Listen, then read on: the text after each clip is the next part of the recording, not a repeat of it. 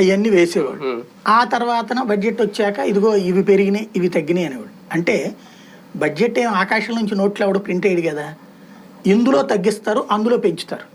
అంటే బ్యాలెన్స్ చేసుకుని డబ్బులు వసూలు చేసుకోవడానికే చూస్తారు కానీ ఎవడు కూడా ఏది తగ్గించడు. ప్రతిసారి బడ్జెట్కి ముందు సిగరెట్ కంపెనీలో విపరీతంగా సిగరెట్స్ ప్రొడక్ట్ చేస్తారు, మందు కంపెనీలో విపరీతంగా మందు ప్రొడక్ట్ చేస్తారు. వాటి విపరీతంగా డీలర్లు అవన్నీ కొని పక్కన పెట్టుకుంటారు. ఎందుకని అవి రెండు ఏ బడ్జెట్ వచ్చినా సచ్చినట్టు పెరుగుతాయి.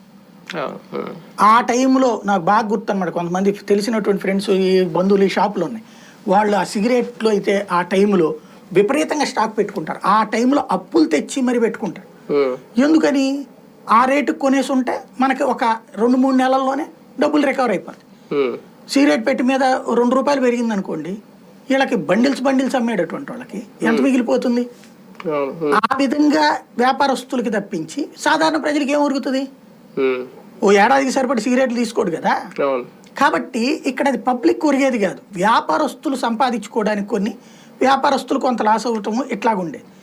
మోడీ వచ్చాక అసలు మీకు బడ్జెట్లో కేవలం చిట్టాపద్దులు మాత్రమే, ఇంత ఆదాయం వచ్చింది ఇంత ఖర్చు, ఇవి తప్పించి ధరల పెరుగుదల